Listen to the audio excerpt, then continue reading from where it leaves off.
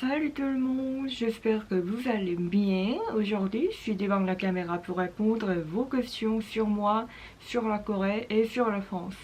Mais d'abord, je voudrais vous remercier. Il y avait 6 mois quand j'ai commencé ma chaîne YouTube et de gagner les 1000 abonnés, c'était toujours mon but. Mais grâce à vous, j'ai pu arriver à mon but en 6 mois. Alors j'étais très contente. Je félicitais avec ma famille en mangeant un gâteau qui semble la tête de mon chat. Du coup c'est très mignon, n'est-ce pas? Je l'ai commandé personnellement et les deux sont tout mignons. Alors je veux remercier encore. Et au fait vous m'avez posé beaucoup de questions très intéressantes. Je pense qu'il n'y aura pas beaucoup de questions sur moi parce que j'ai déjà parlé sur moi et sur mes anecdotes. Alors j'ai cru que vous savez sur moi déjà beaucoup. Mais il y avait beaucoup de questions utiles que je voudrais parler un jour. Alors j'étais très contente en préparant des réponses de vos questions. Alors on va commencer avec la première question. J'ai mis cette question pour le premier parce qu'en fait quand j'étais en France et chaque fois quand je rencontre les Français ils me posent les questions comme ça toujours, mais je pense que c'est très important pour expliquer la raison de cette question. Alors c'est: où as-tu appris le français et pourquoi? Au fait, je vous ai déjà dit que j'ai appris le français pendant quelques années à la fac, mais au fait, c'était pas ma première fois que j'ai appris le français. J'ai appris quand j'étais en collégienne. Dans mon collège, il y avait la classe de la langue étrangère pendant un an pour le 12e année, mais il y avait toujours le japonais et le chinois, mais pendant qu'une seule année, quand j'ai dû apprendre la langue étrangère, il y avait la classe française à la place de la classe japonaise. Et en ce moment-là, grâce à K-pop, apprendre le japonais était genre la mode. Parce que de nos jours, faire les concerts et chanter pour les fans des pays occidentaux et faire les concerts aux États-Unis ou en Europe devient normal pour les K-pop idols.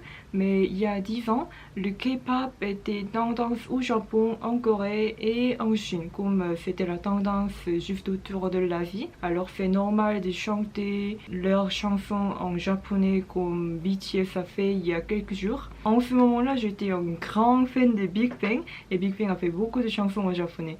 Alors, et il y avait beaucoup de filles comme moi, alors on a voulu apprendre le japonais pour chanter leurs chansons en japonais et comprendre leurs paroles. Mais voilà, il y avait la classe française. Mais en fait, selon les Coréens, il y a un grand cliché que les Français sont très élégants et la langue française sont trop belles. Alors j'ai choisi la française. Alors, mais pour être honnête, quand j'étais en collégien, j'étudiais jamais. Par exemple, mon père m'a dit un jour, il a pensé que je vais travailler à l'usine à la place d'étudier à l'université quoi. Mais moi aussi, c'est genre des miracles que j'ai entré à l'université à Séoul après.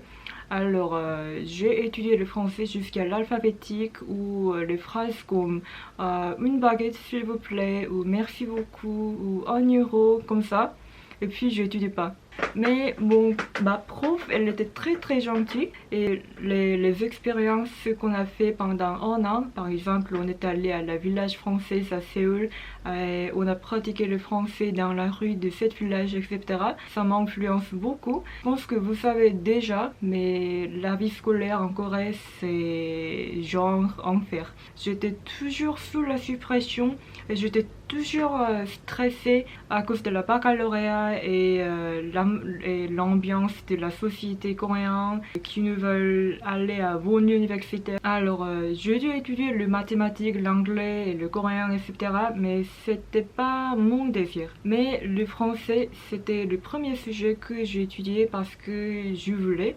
Alors c'était pourquoi le français m'influence beaucoup. Alors quand j'ai postulé l'université en préparant mon baccalauréat coréen, j'ai pu postuler aux 6 départements. Alors j'ai postulé 3 départements pour le français ou 3 différentes universités et 3 pour le département de la Loire. Et finalement, une seule université m'a fait entrer à l'université et c'était le département de la langue et la littérature française. Bon, voilà, c'était comment j'ai recommencé mon français à la fac. Et puis, je voulais améliorer mon français. Parce que en Corée, quand on étudie la langue étrangère, on pense que juste la manière d'écrire et la grammaire est plus importante que la façon de communication ou le moyen de parler comme les Français. Alors, je voulais améliorer mes capacités de communication. Alors, j'ai décidé d'aller à Montpellier pour étudier à la langue privée des Françaises et puis j'allais au Mans en tant qu'une étudiante en échange. Et puis j'ai décidé d'apprendre de l'art en France et maintenant je suis là. Et ben voilà, je pense que j'ai bien expliqué où et pourquoi j'ai appris le français. Et la deuxième question, comment as-tu découvert la France et ce qui te plaît? Bon, oui, je pense que c'est très très intéressant parce que personnellement, la France elle, est un pays moyen d'Asie et des pays occidentaux.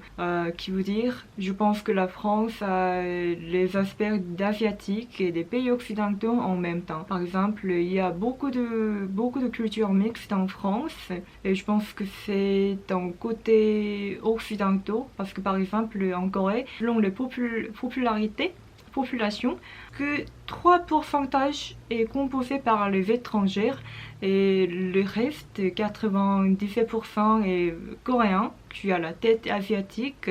Mais en France, il y a beaucoup de races comme les latins, renois, rebeux, beaucoup de caucasiens. Et les gens des autres pays d'en Europe ou d'autres continents. Bon, par rapport en Corée, en France, il y a beaucoup plus de cultures comme ça. Mais les gens en France sont moins ouverts que les gens des autres pays en Europe ou aux États-Unis.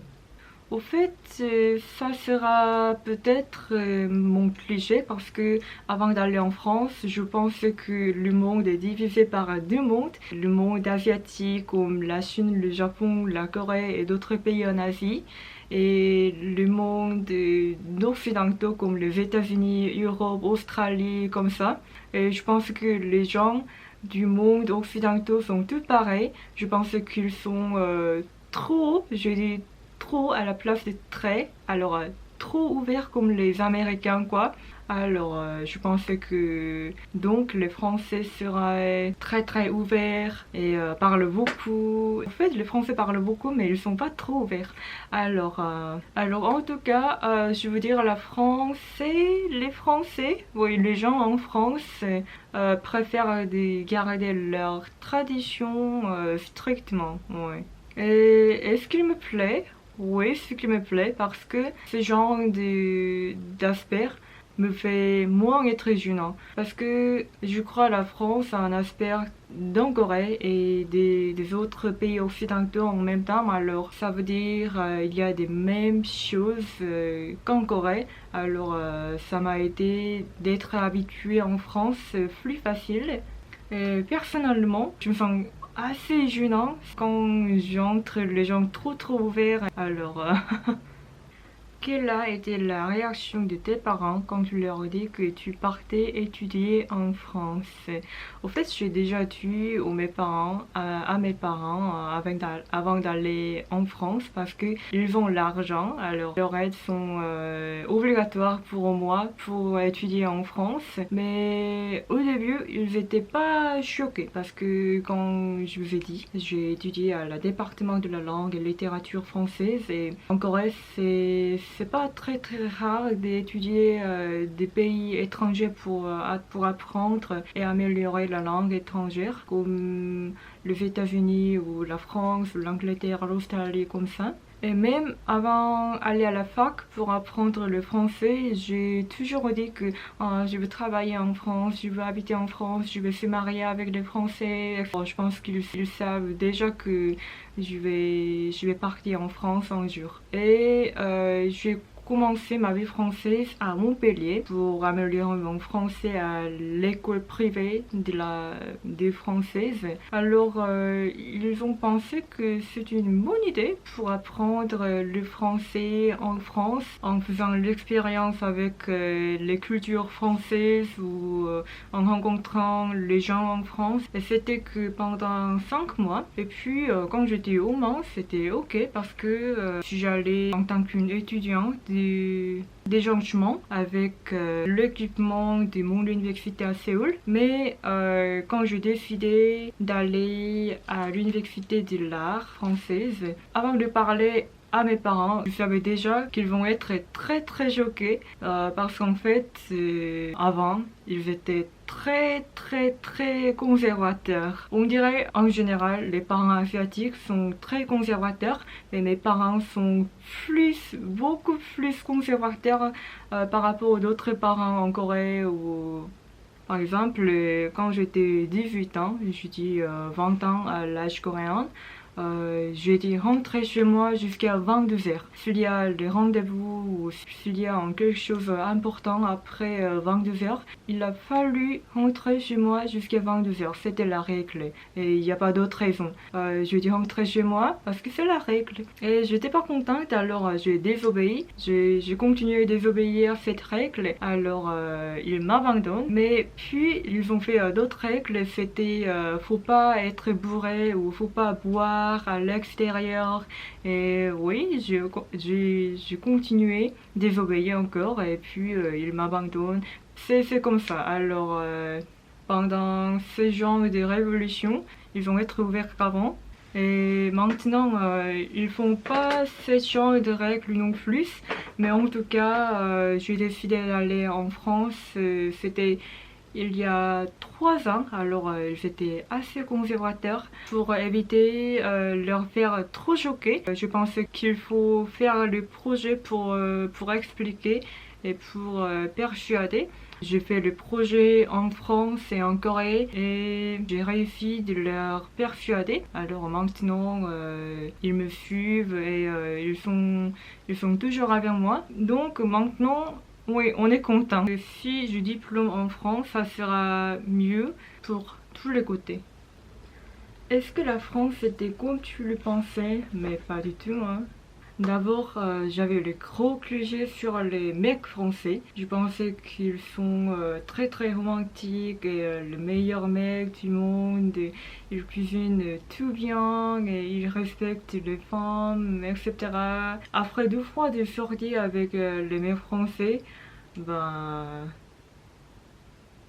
et tu vois, en Corée, il n'y a que 3% d'étrangers. Alors, je pensais que tous les pays sont comme ça. Par exemple, il y aura que les Japonais au Japon, il y aura que les Chinois en Chinois, alors il y aura que les Français en France. Alors, j'ai cru qu'il y aura les Caucasiens en France, mais après arriver en France, j'ai vu beaucoup de rebelles, des Renois et les gens qui ont les têtes caucasiennes mais qui viennent d'autres pays. Je sais pas comment expliquer ces genres de gens parce qu'en Corée, on dit quelqu'un qui n'a pas la tête coréenne, alors on l'appelle étrangère.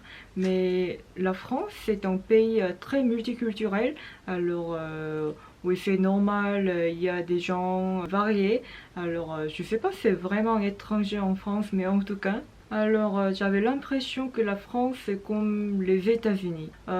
Pour moi, bien que je pensais qu'il y aura les Français en France, il y aura les Allemands en allemand, mais je savais qu'il y aura beaucoup de cultures mixtes aux États-Unis. Bon, et voilà, et j'ai vu, il y a beaucoup de cultures mixtes en France également. Alors j'avais l'impression comme ça. Et comme je vous ai dit que je pensais que le monde est divisé par 2 pays seulement, comme les pays asiatiques et les pays... Ah non, le monde asiatique et le monde occidental. Alors je pensais que les gens seront tous pareils.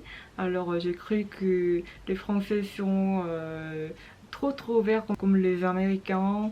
Mais bon, ouais, les Français sont plus fermés.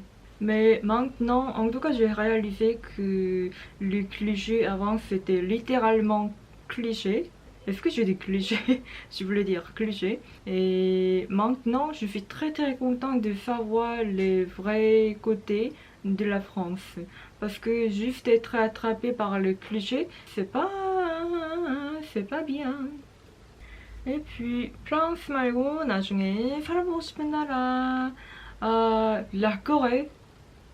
Oui, la Corée, bien sûr, parce que la technologie de Corée, ça ouf quoi. Je ne le réalisais pas avant d'aller en France, mais après avoir habité en France avec presque toutes les choses trop lentes, j'avais une cœur qui remercie toutes les choses pali en Corée. Par exemple, pour avoir les documents officiels, waouh, en France, ça fait au moins une semaine, mais en Corée, quand on lui demande au matin, ça arrive à l'après-midi, alors ça ouf quoi. Et je pense que la Corée est qu'un pays qui est comme ça. Alors on doit être remercié de la culture pali de Corée. Mais je voudrais habiter au Japon ou au nord d'Afrique ou à Dubaï ou à Abu Dhabi. Parce qu'au Japon, c'est juste à côté de la Corée. T'as vu les desserts japonais? C'est pas les desserts traditionnels du Japon, mais ils créent comment faire les desserts très mignons et comment évaluer les desserts pour être mieux que les desserts de version originale. Et j'aime bien la mode japonaise aussi, comme le vintage style. 파리시앵들은 진짜 바람둥이가 많고 성격이 더럽나요? En fait, en France, il y a deux genres de personnes, parisiens et non parisiens. On dirait Paris et Paris. Paris n'est pas la France. Alors, qui veut dire de l'ambiance de Paris et d'autres régions sont très différents. Et je suis moitié d'accord et moitié pas d'accord avec cet avis, en fait.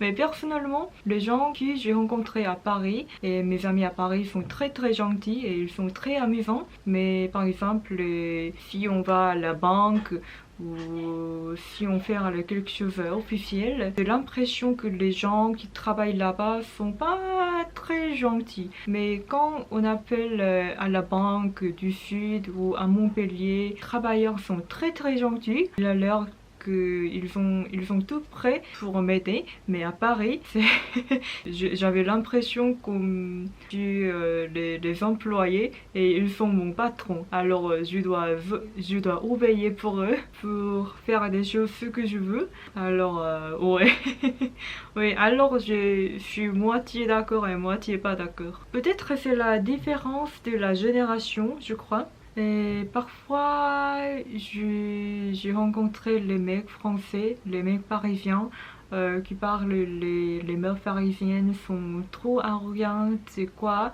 Pour 90%, les mecs qui parlent comme ça sont cons quoi. Et les balamdouni, en fait ça dépend, ouais, ça dépend des personnages. Je crois que c'est pas vraiment différent. Ah! Ça ne sera pas vraiment différent par rapport en Corée. Mais j'ai entendu dire 아니, 아무튼 어디서 들었는데 프랑스인들의 결별 이유 중에 반이 뭐 바람 때문이라고 하더라고요. Est-ce que c'est parce que la France est un pays d'amour? Grâce au K-drama et au K-pop, les gens pensent que les Coréens et les Coréennes sont très romantiques et très sincères. Mais bon, ouais, je connais quelques histoires dramatiques à cause de la tromperie. Alors, c'est presque tout pareil. 샤이바님이 꼭꼭 숨기고 싶은 프랑스 맛집은 뭔가요? 일단 저는 맛집을 숨기고 싶지 않아요. 저는 맛집을 모두에게 알리고 싶습니다. 공익을 위해서. 그래서 저는 진짜 쩝쩝 박사로서 여행 가다가 맛있는 레스토랑이 있으면 그 집 명함을 꼭 가지고 오거든요. 나중에 한 번 더 가려고. 제가 파리에서 딱 가져온 명함이 있어요. 바로 여기입니다. 보이시나요? 파리에 있는 꼬꼬리꼬인데 뒤에 이렇게 주소랑 연락처까지 있어요. 그 몽마르쉐 백화점이 있는 길목 그 언저리에 있었을 거예요. 그래서 여기가 제가 네이버로 검색을 했을 때 오리고기가 맛있다고 해가지고 시켰는데 진짜 맛있고, 여기가 또 기억에 남았던 거는 가게 분위기가 굉장히 예뻐요. 타일 재질의 테이블이 있거든요. 근데 그게 약간 모자이크 타일? 좀 그 아라빅 느낌이 나는 그런 외관이고, 이렇게 앞에 프랑스 카페나 뭐 레스토랑 같은 데 가면은 꼭 이렇게 다 노천 카페 그런 데잖아요. 그리고 밖에 있는 테라스 자리도 있고, 그때 같이 갔던 언니랑 가끔 이제 이야기를 하는데, 그 언니도 여행을 진짜 많이 갔거든요. 거의 세계 여행 수준으로 여행을 하고 다니던 언니인데, 그 언니가 언제 저한테 야, 여행 다니면서 맥주가 제일 맛있었던 데가 어딘지 알아? 이렇게 묻는 거예요. 그래서 제가 어디냐고 했더니 같이 갔던 여기 있던 맥주가 그렇게 맛있었다고 하더라고요. 맞아. 근데 맥주도 맛있었고, 그리고 여기가 굉장히 기억에 남고 굳이 명함까지 챙겨온 이유는 거기서 일하시는 분이 진짜 잘생기고 친절한 거예요. 근데 저는 그때가 어른이 되고 나서 프랑스에 간 게 처음이었거든요. 그래서 뭔가 이제 불어를 하고 싶었어. 근데 그때의 불어 실력은 지금의 불어 실력이랑 엄청 달랐어요. 그래가지고 막 메뉴판에 불어로 막 적혀 있는데 뒤에 영어 메뉴까지 있었거든요. 근데 나도 이제 불어를 좀 할 줄 아니까 굳이 막 영어 메뉴를 읽고 싶지가 않은 거예요. 그래가지고 막 앞에 있는 불어 메뉴를 막 발음도 막 떠듬떠듬 해가면서 나 이거랑 이거 실브플레이 이렇게 얘기를 했죠. 그랬더니 되게 칭찬을 해주면서 너 불어 진짜 잘한다. 너 불어 어디서 배웠어? 너 어디서 왔어? 막 이런 식으로 질문을 하는데, 그게 굉장히 작지만 좀 큰 추억으로 남았어요. 그리고 진짜 처음부터 끝까지 엄청 친절하게 대해주셔가지고 3년이 흘렀지만 또 이제 파리로 돌아간다면은 꼭 한 번 더 가보고 싶어요. 그리고 양식은 여기가 진짜 맛있고요. 또 저는 제 인생 마라탕 집이 프랑스에 있거든요. 여러분, 프랑스에 있는 그 베트남 쌀국수 집이랑 중국 집이 진짜 찐이에요, 찐. 우리나라에 있는 그 아시아 음식점이랑은 진짜 말도 안 돼요. 왜냐면 프랑스는 이제 이민자들이 많거든요. 그래서 아시아에서 온 이민자들이 많아가지고 다 진짜 현지인들이 거기서 식당을 하고 있는 거예요. 한국 음식점은 요즘 한국 음식이 조금 유행이라 가지고 중국 사람들이 막 요리하는 한국 음식이 많아가지고 우리 입맛에는 좀 짝처럼 느껴지는데, 그게 아니라 이제 베트남 음식점이라던가 마라탕집, 허거집이 진짜 찐이에요. 그래서 프랑스 파리에 그 오시엘이라고 마라탕집 무한 리필, 허거 무한 리필 집이 있거든요. 파리 한 중앙부랑 한 이제 동쪽? 몇 구인지 기억이 안 나요. 그래서 이제 지점이 2개가 있는데 둘 다 진짜 개 맛있고 진짜 쩔어요. 그리고 허거를 처음 먹은 게 거기서였거든요. 이 레스토랑에 같이 갔던 언니랑 이제 파리에서 마지막 날을 보낼 때 너무 매운 음식이 땡기는 거예요. 저희는 여행 가면은 그 나라 음식만 먹지 굳이 막 우리나라 음식점 이런 데는 안 가는 스타일이거든요. 근데 마지막이 되니까 이게 참을 수가 없는 거예요. 그래서 좀 숙소 가까이 좀 매콤한 게 있나 찾아보다가 그 허거집이 있는 거예요. 그래서 갔는데 진짜 개 맛있는 거예요. 그래서 그때 이후로는 진짜 파리 갈 때마다 연례 행사처럼 거기 가요.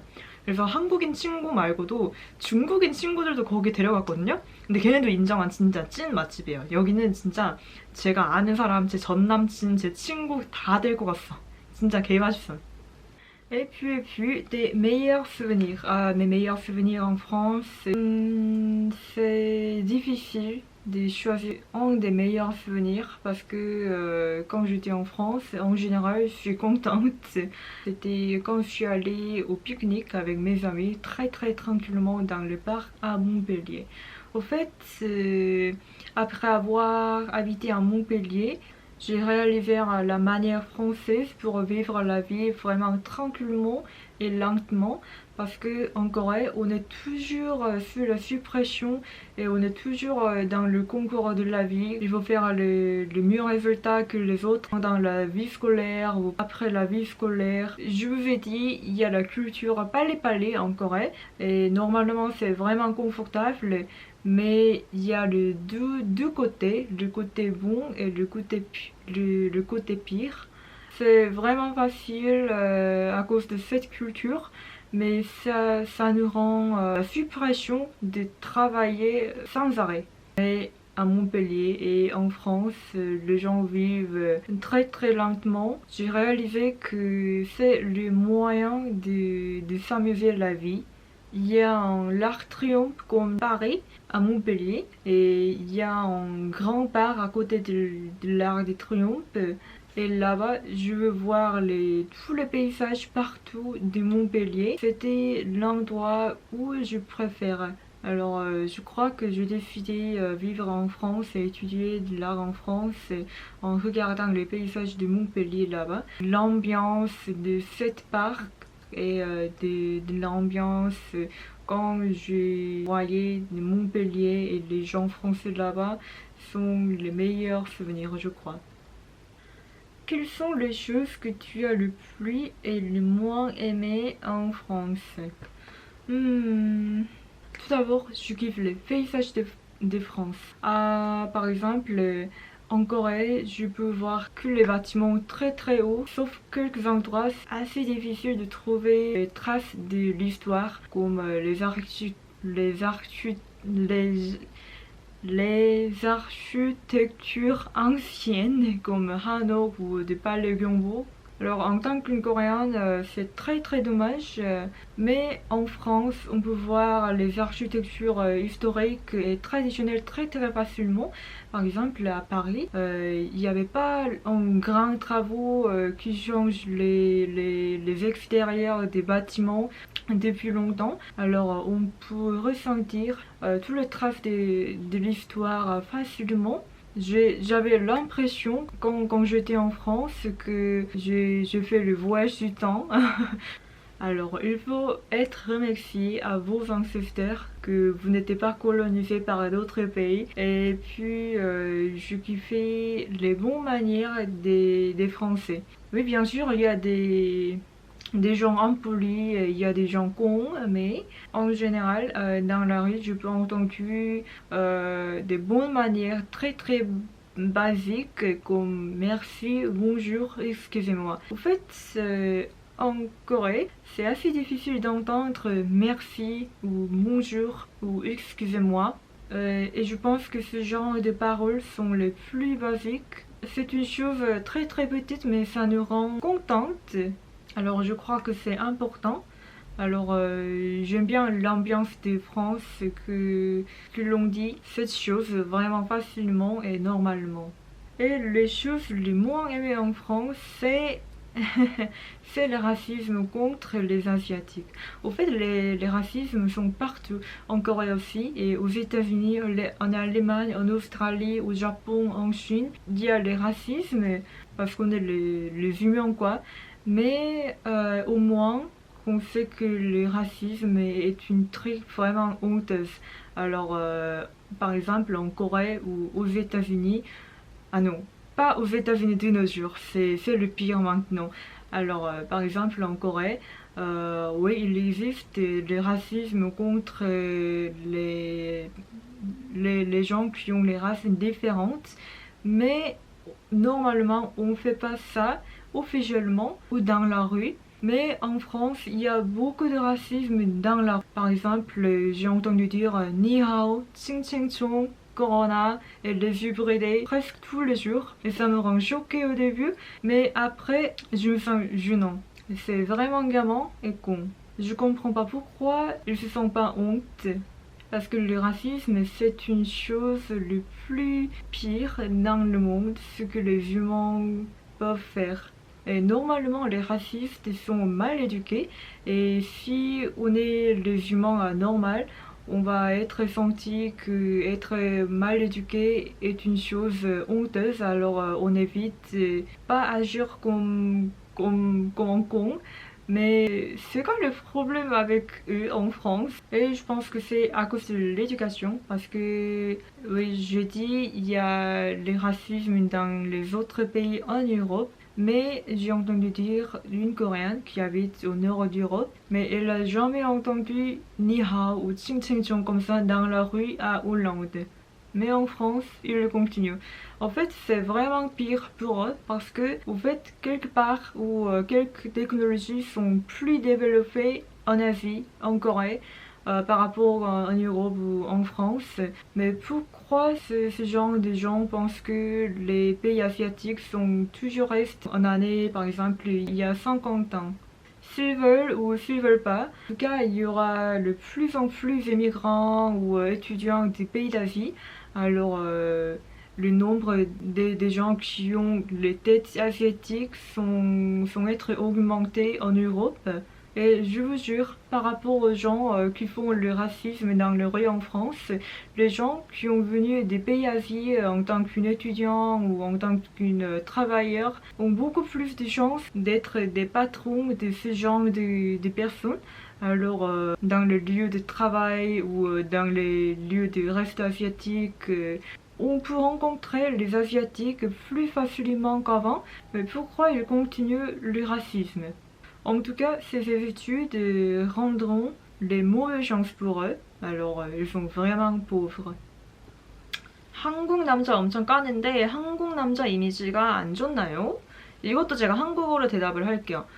이 링크를 보고 오시면은 한국 남자를 까는 영상인 건 맞아요. 근데 잘못된 걸 까고 있는 거죠, 이 영상에서는. 그리고 근본적으로 이런 영상이 만들어지게 된 계기는 사실 프랑스에서 한국 남자들을 안 좋아한다기보다는 한국 남자들을 너무 사랑해요. K-드라마랑 K-팝 때문에 한국 남자들이 엄청나게 많은 수혜를 받고 있어요. 그런 매체를 통해서 한국 남자들은 굉장히 로맨틱하고 뭔가 연애를 하기에 좋은 대상이다라는 인식이 생겨가지고 오히려 진짜 무슨 패티쉬처럼 한국 남자랑 한번 뭐라도 해보려고 하고 막 한국 남자를 만나고 싶어하는 여자들이 많아요. 그렇게 해서 오히려 한국 남자들의 이미지가 안 좋다기보다는 너무 상향되어 있어요. 그 실제의 모습보다 더 판타지화 시켜가지고 생각을 하는 거예요.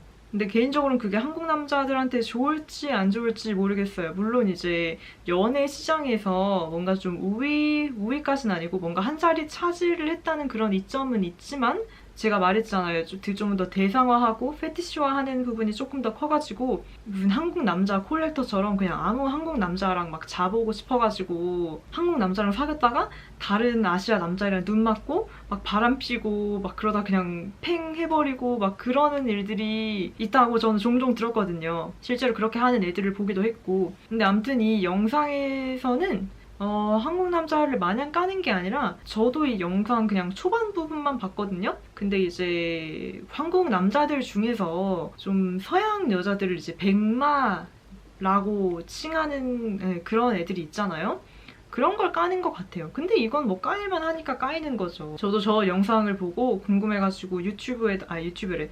구글에다가 백마라고 검색을 했는데 진짜 백인 여자가 막 거의 헐벗고 있는 막 그런 사진들만 나오고 내용도 백마 한번 따먹고 싶다 막 이딴 내용밖에 없고 그 이미지 중에 제일 멀쩡한 게 김정은이 백마 타고 백두산 오른다는 내용이 기사만 멀쩡하게 진짜 백마가 있어요. 내 평생 김정은이 이렇게 반가울 줄이야. 아무튼 그런 거는 뭐 한국 남자가 한 건 맞죠. 그래서 한국 남자가 한 잘못된 짓이죠, 그건. 그래서 한국 남자가 한 잘못된 짓은 그렇게 까이는 것도 당연한 거 아닐까요? 라고 저는 생각은 합니다만 솔직히 저 영상에서 약간 과장이 된 부분도 있긴 있어요. 저 사람들도 한국에 대해서 좀 포스팅을 하는 유튜버인데 왜 굳이 모든 외국인 여자들이 이 영상을 보고 한국인 남자에 대한 환상을 깨야 한다는 식으로 말하는지는 모르겠어요. 약간 자극적으로 하려고 하는가 싶기도 하고. 근데 확실히 그건 맞아요. 지금 이제 K-팝 시장이랑 그런 K-팝, K-드라마 시장이 너무 커져서 한국 남자에 대한 이미지도 굉장히 판타지화 되고 있다는 거. 뭐 저는 개인적으로 한국 남자랑 한국 여자를 판타지화하는 사람들을 존나 싫어해요. 왜냐면은 진짜 건전한 목적으로 하려는 게 아니라 이런 매체에 비춰진 모습으로만 우리를 생각하고 그 비춰진 모습들을 우리한테 투영하려고만 하는 그런 태도를 가진 사람들이 너무 많아가지고 너무 병신 같아요. 구독자 10,000명 공약. Wow, l'engagement pour 10 000 abonnés. Au fait, en imaginant ça, je suis très très heureuse. Et au fait, jusqu'à maintenant, ça a l'air assez l'histoire loin de maintenant. Mais waouh, Ouais, en tout cas, un jour, si j'arriverai à 10 000 abonnés, je voudrais faire un live avec vous. Je sais pas si je ferai en français ou en coréen, mais en tout cas, je veux toujours communiquer avec vous plus facilement que maintenant. Et au fait, j'ai déjà fait le live sur le TikTok et sur Instagram pour quelques fois. Et c'était très très amusant. Oui, un jour, je voudrais faire le live sur YouTube. Ça serait intéressant, je crois. Mais peut-être avant de gagner les 10 000 abonnés, je ferai le live avec vous. J'ai aucune idée de continuer pour faire le live. Mais je veux partager nos idées et nos avis en même temps. Alors, ouais, je voudrais faire le live avec vous. Et la dernière question, j'ai voyagé plusieurs fois en Corée et à chacun de mes voyages, il a été dur de se faire des amis coréens. Ah oui, je comprends. Est-ce que toi en France, tu as réussi à t'intégrer facilement et te faire des amis rapidement? Non. Non. Je vous ai dit que j'ai compris. C'était difficile de se faire des amis coréens. C'est pareil pour les Français, c'était vraiment difficile de se faire des amis français. Je pense que c'est le même choix que les Français et les Coréens sont assez fermés pour les étrangers. Et j'avais l'impression que, en tant qu'une étranger, il y a un mur invisible pour approcher aux Français. Mais normalement, on est très très ouvert pour les étrangers parce qu'on est curieuse de la culture des gens des pays étrangers. Je pense que la grande raison pourquoi c'était difficile de se faire des amis français et coréens, c'était à cause de la barrière linguistique. Ouais, c'est plutôt la barrière linguistique que les autres choses. Et au fait, au début de ma vie française, je voulais faire les amis. C'est facile de se faire les amis qui sont intéressés de la culture coréenne ou asiatique, mais c'était difficile de se faire des amis avec quelqu'un qui n'est pas assez intéressé par notre culture. Je sais pas, mais j'ai l'impression de ce genre de personnes où les clichés sur les asiatiques comme on est timide et on parle pas l'anglais ou le français bien. Alors ces choses de clichés, c'est de faire plus dur de faire des amis avec eux. Enlever cet stéréotype, mais c'est ironie, mais j'étais attrapée par ces clichés. Alors j'ai rompu de se faire des amis. Et bon, quelques gens n'étaient pas bienveillants pour moi. Alors c'est fluide, ça dépend. Mais en tout cas, la France et la Corée, ils sont les endroits où les humains vivent. Alors ça sera tout pareil de la manière de se faire les amis. Pour se faire des amis, il faut avoir les mêmes choses ou les mêmes codes. Parfois, on a besoin de l'harmonie de personnalité et notre caractéristique. Si c'est différent, c'est plutôt à cause de la différence de culture aussi.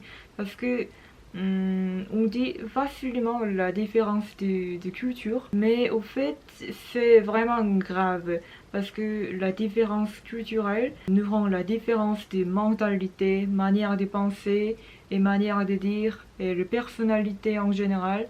Alors de temps en temps, cette différence nous rend la distance psychologiquement, 약간 심리적인 거리감. Alors c'est pour ça, je crois. 네, 아무튼 이렇게 모든 질문에 대한 대답을 해보았는데 제 대답이 흥미로웠으면 좋겠습니다. 그러면 다시 한번 재밌는 질문을 해주신 여러분께 정말 감사하고요. 이 외에도 궁금한 점이 있으시다면 주저하지 말고 인스타그램 DM이나 아니면 유튜브 댓글로 남겨주세요. 항상 저는 여러분의 댓글 보고 있답니다. 그리고 이렇게 소통하는 게 또 재밌기도 해서 또 이런 기회가 있으면 좋겠네요. 아무튼 앞으로도 다양한 주제로 다양한 언어로 돌아오겠습니다. 오늘도 영상 봐주셔서 너무너무 감사해요. 그럼 안녕. 하늘이 파란색인 요요 너에게서